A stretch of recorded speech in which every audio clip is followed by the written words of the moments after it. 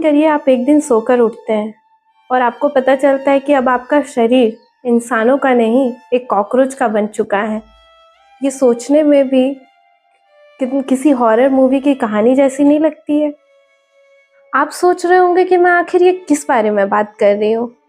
मैंने अभी एक किताब ख़त्म की है जिसका नाम है मेटामॉर्फोसिस। ये कहानी है एक सेल्समैन की जिसका नाम है ग्रेगर सैम्सा। वो एक दिन सोकर उठता है और उसका शरीर पूरा का पूरा कॉकरोच में बदल चुका है। फिर उसके साथ क्या क्या होता है, उसकी ज़िंदगी कैसे आगे बढ़ती है, ये कहानी उसी के बारे में है। तो चलिए जानते हैं मेरे साथ में आखिर ये कहानी है क्या। एज अ वर्किंग वुमेन मुझे सप्ताह में एक ही दिन समय मिलता है, तो मुझे काम भी करना होगा। चलिए काम करते करते कहानी सुन। उसे लगा कि वह कोई डरावना सपना देख रहा है। जब वह ध्यान से देखा तो वो खुद के रूम में तो था। फिर उसने सोचा आखिरकार मेरे साथ हुआ क्या है। सैम्सा एक सेल्समैन था, उसका काम था ट्रैवल करना। ग्रेगर खिड़की के बाहर देखा, बाहर बारिश भरा मौसम था। वो देखकर सोचा एक बार फिर से सो लेते हैं। सो के उठने के बाद शायद ये बकवास भरा सब कुछ खत्म हो जाए। वह अपने टफ सेल्समैन वाले काम के बारे में सोचने लगा। अगर उस पर परिवार की जिम्मेदारी ना होती तो वह बहुत पहले ही नौकरी छोड़ चुका होता। अचानक उसकी नज़र घड़ी पर पड़ी। रोज वह 5 बजे उठकर ट्रेन पकड़ता था, पर आज 7 बज चुके थे। वह सोचने लगा, क्या उसका अलार्म नहीं बजा? फिर उसे ख्याल आया कि अब तक तो उसका ऑफिस असिस्टेंट बॉस से चुगली कर चुका होगा उसके लेट होने की। वह सोचा कि बीमार होने का नाटक कर लेता है, पर अगर वो बीमार होने का नाटक करेगा तो उसका बॉस बोलेगा कि तुम बीमार नहीं हो, आलसी हो।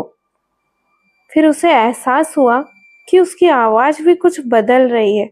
अब वो पहले से ज़्यादा डरावनी लग रही है। ये उसके मेटामॉर्फोसिस होने की एक निशानी थी। तभी उसकी माँ उसको आवाज़ देती है और वह बोलता है, हाँ माँ, मैं उठ रहा हूँ। पूरे परिवार को लगता है ग्रेगर को हुआ क्या, अभी तक वो सो रहा है। उसके पिता और बहन को उसकी चिंता होती है। वह दरवाज़ा नॉक करते हैं, पर वह दरवाज़ा खोलता नहीं है। ग्रेगर को अब भी लग रहा था कि उसकी हालत शायद किसी सर्दी या बीमारी के कारण है। वह बिस्तर से खड़े होने की कोशिश करता है, लेकिन अपने नए कीड़े जैसे शरीर और छोटी-छोटी टांगों के कारण वह खड़ा नहीं हो पाता। उसे एहसास होता है कि अब सिंपल काम भी उसके लिए डिफ़िकल्ट हो चुका है। ग्रेगर का शरीर अब इतना बड़ा और भारी हो चुका है कि वह हिल भी नहीं पा रहा था। वह बिस्तर से उठने की कोशिश करता है, पर हार मान करके वो पड़ा रहता है। तभी उसके घर उसके ऑफिस का चीफ क्लर्क आता है। उसकी माँ उसको बताती है कि ग्रेगर बीमार है और आज ऑफिस नहीं आ सकता।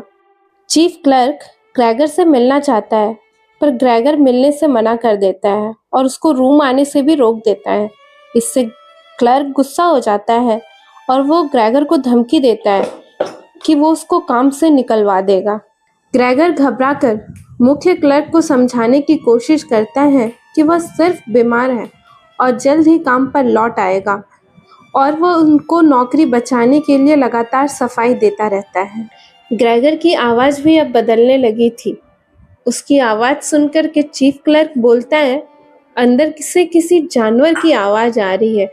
यह सुनकर के उसकी माँ रोने लगती है और उसकी बहन और पिता दोनों घबरा जाते हैं।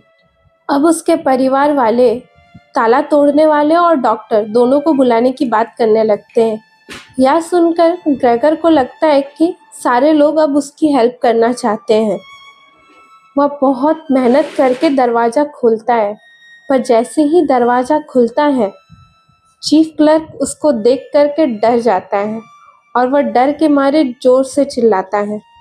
उसकी माँ उसको देखकर बेहोश हो जाती है। उसके पिता गुस्से से भर जाते हैं। बाहर बारिश हो रही थी और घर के अंदर का माहौल डर, तनाव और उदासी से भर जाता है। चीफ क्लर्क के जाने के बाद ग्रेगर के पिता गुस्सा हो जाते हैं।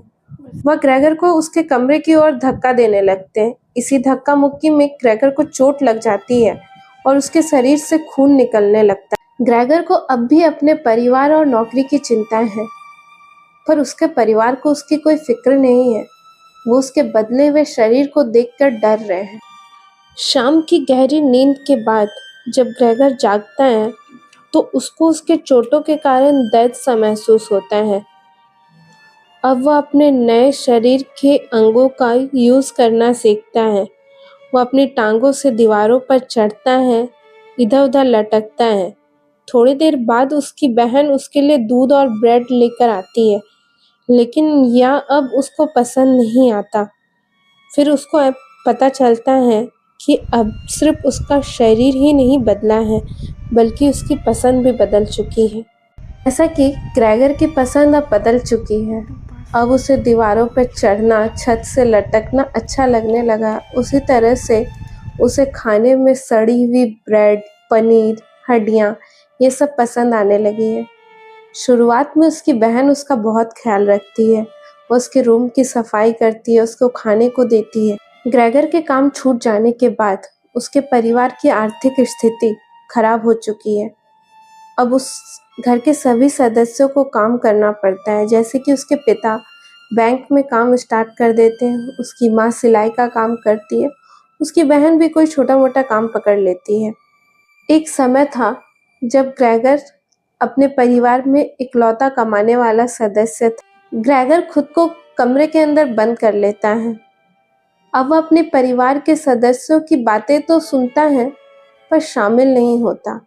पैसे की कमी के कारण अब उसके पिता घर को रेंट पे लगा देते हैं। एक शाम ग्रेगर की बहन वायलिन बजा रही थी, जिसे सुन करके ग्रेगर बहुत खुश होता है।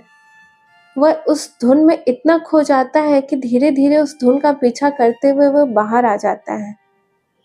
जैसे ही वह बाहर कमरे के अंदर बंद रहने लगा है, अकेलापन, निराशा और दुख के कारण उसका शरीर अब कमज़ोर होने लगा है। वह रात भर अपने परिवार के बारे में सोचता है। वह उनसे बहुत प्यार करता है, वह उनसे नफ़रत नहीं कर पाता। रात के 3 बजे वह अपने आखिरी सांसें लेता है। सुबह जब सफाई करने वाले उसके कमरे में आती है, उसे झाड़ू से हिलाकर देखती है। फिर उसके परिवार वालों को बुलाती है। अब वह मर चुका है। ग्रेगर के मरने के बाद उसके परिवार को दुख से ज़्यादा राहत महसूस होती है। बहुत समय बाद आखिर उसके माता-पिता और बहन बाहर कहीं घूमने जाते हैं। कहानी हमें इंसानी रिश्तों की कड़वी सच्चाई के बारे में बताती है। यह बताती है कि आपकी इम्पोर्टेंस तब तक ही है जब तक आप किसी के लिए काम आ रहे हो। जिस दिन आप काम आना बंद हो जाओ, तब आपकी इम्पोर्टेंस ख़त्म हो जाएगी।